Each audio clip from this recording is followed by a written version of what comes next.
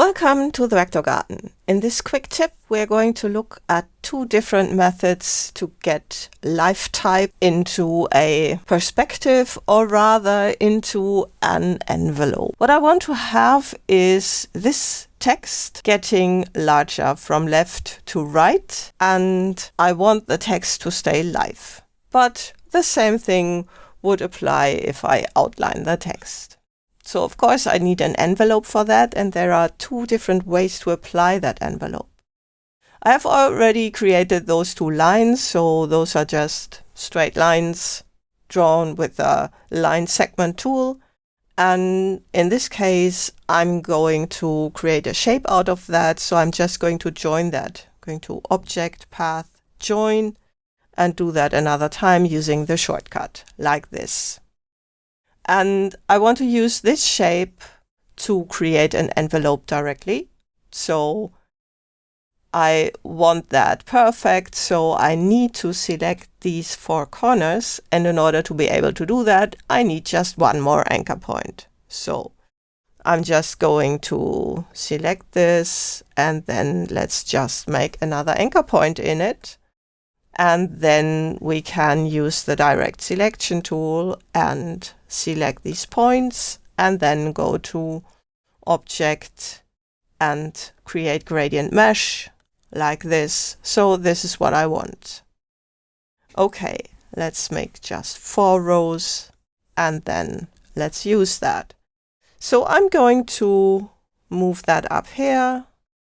The mesh is on top. Select these two and go to Object, Envelope Distort, Make with Top Object. And you see this is what happens.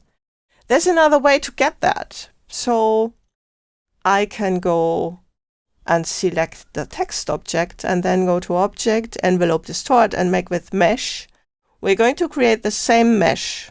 So those are 4 lines, OK, and then we have these dividers, and then go to OK. But there hasn't a distortion been happening yet. So let's move that up here, because I want to use the same distortion in here.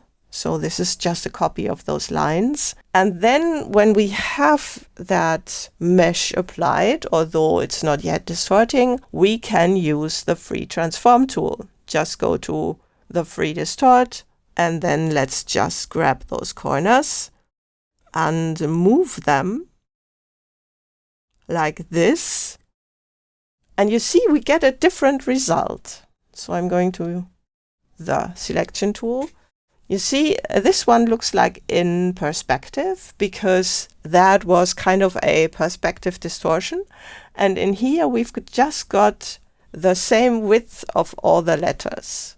So this is more for a lettering that you want to do, just what you would need for a logo or something. And this is really a perspective result that you are getting. Let's take a look at the technical result. So we're going to Window, Layers, and you see we've got an envelope here and an envelope there. They are the same kind of envelopes. So in both of them, we do not have columns, we only have rows. And you see that even when the objects technically are the same, then the visual result can be completely different depending on the method of how you got to your result.